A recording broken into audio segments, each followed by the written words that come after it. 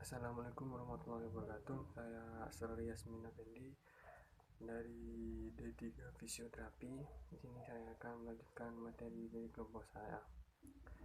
Gait dapat diartikan sebagai pola jalan. Berjalan digambarkan sebagai serangkaian gerakan berirama dan bergantian dari ekstremitas dan terang yang menghasilkan gerakan maju dari pusat gravitasi. Di mana berjalan merupakan berpindah tempat dan mengandung pertimbangan yang detail dan rinci yang terkait dengan sendi dan otot. Pola pergerakan cenderung bervariasi dan tidak teratur sampai sekitar usia 7 tahun. Ada beberapa tugas fungsional yang terlibat dalam gaya berjalan. Di antaranya maju ke depan, tubuh harus seimbang secara bergantian, support tubuh dalam posisi tegak. Laju ke depan pada peristiwa berjalan disebabkan karena kombinasi dari tiga kekuatan, yaitu kekuatan otot yang menyebabkan tekanan pada kaki terhadap permukaan tumpuan, gaya berat yang berusaha menarik tubuh ke depan dan ke bawah bila terjadi ketidakseimbangan kekuatan momentum yang mempertahankan tubuh bergerak dalam arah yang sama dengan kecepatan yang tetap. Sekian dari saya. Wassalamualaikum warahmatullahi wabarakatuh. Assalamualaikum warahmatullahi wabarakatuh. Saya Aulia Fajrani Ilmi, D3 Fisioterapi semester 2, Distikes Muda Husada Madura. Di sini saya akan menjelaskan materi dari siklus gait atau gait cycle. Siklus berjalan merupakan interval waktu atau urutan gerakan yang terjadi di antara dua kontak awal yang berurutan dari kaki yang sama. Dalam siklus berjalan ini terbagi menjadi dua fase, yaitu fase menapak atau stand pace dan fase melayang atau swing pace. Tetapi ada pula yang menambahkan satu fase lagi, yaitu double support yang berlangsung secara singkat. Di sini saya akan menjelaskan tentang fase menapak atau stand pace. Fase menapak ini merupakan fase ketika kaki berada di tanah dan menahan beban. Stand pace ini atau fase menapak ini membentuk 60-65% dari siklus berjalan. Dalam stand pace ini atau fase menapak ini terbagi menjadi 5 subfase. Subfase pada stand pace atau fase menapak yang pertama yaitu initial contact atau heel strike.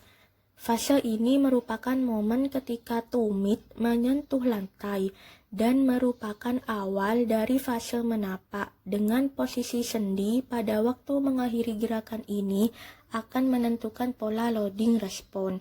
Fase ini terjadi ketika satu kaki meninggalkan lantai sementara kaki yang lain menerima berat badan dan menyerap beban saat initial contact. Subfase yang kedua yaitu loading respon atau foot flat. Fase ini dilakukan dengan menyentuh lantai dan dilanjutkan sampai kaki yang lain mengangkat untuk mengayun. Sesaat setelah heel strike, tumit kaki akan sama menyentuh lantai. Yang ketiga, mid stance, terjadi ketika beban tubuh secara langsung tersupport pada ekstremitas. Awal gerakannya kaki mengangkat dan dilanjutkan sampai berat tubuh berpindah pada kaki yang lain dengan lurus. Yang keempat, terminal stance atau heel off, terjadi ketika tumit kaki yang mensupport beban tubuh naik dari lantai. Dan yang terakhir, pre-swing atau toe off. Pada akhir fase stance adalah interval gerakan kedua double stance initial contact pada anggota gerak bawah kontralateral dan diakhiri toe off.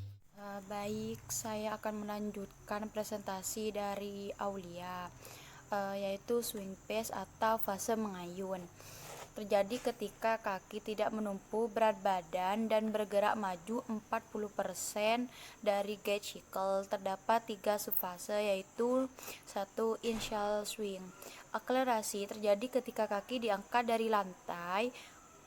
Kaki harus mengalami akselerasi agar bisa menyusul dan berada di depan tubuh, serta persiapan untuk heel strike selanjutnya.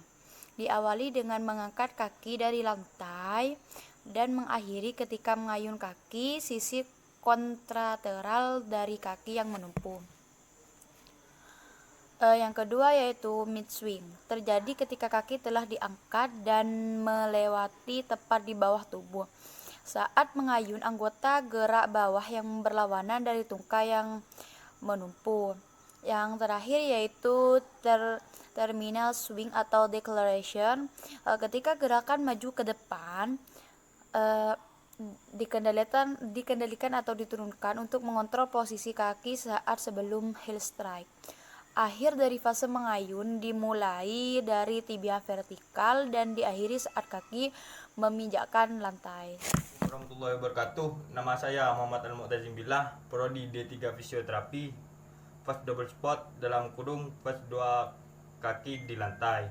Fase double spot ini akan semakin singkat jika kecepatan jalan bertambah. Bahkan pada beralih fase double spot sama sekali hilang dan justru terjadi fase di mana kedua kaki tidak menginjak lantai.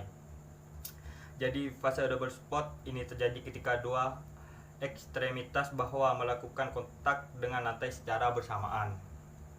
Distribusi waktu dalam siklus yaitu 60% untuk fase menapak dalam kurung stand pace, 40% fase mengayun dalam kurung swing pace, dan 25% untuk fase dua kaki di lantai dalam kurung double spot. Assalamualaikum warahmatullahi wabarakatuh. Saya Muhammad Fauzi dari D3 Fisioterapi Sitikes Kemudian Husada Madura. Di sini saya akan membacakan materi tentang karakteristik umum normal gait. Karakteristik umum normal gait: perpindahan vertikal dari center of gravity. Center of gravity secara ritmis mengalami gerakan naik dan turun sekitar 5 cm 2 inci. Ketika berjalan maju, titik teratas terjadi ketika supported limit berada pada tengah-tengah stand space. Titik terendah terjadi ketika terjadi double support. Perpindahan lateral dari center of gravity terjadi pergeseran pelvis dan trunk ke sisi weight bearing bersamaan dengan kaki lainnya. Perpindahan dari satu sisi ke sisi lainnya sebesar kurang lebih 2 inci lebar dari walking base dasar. Jarak antara kedua kaki adalah 5-10 cm 2-4 inci.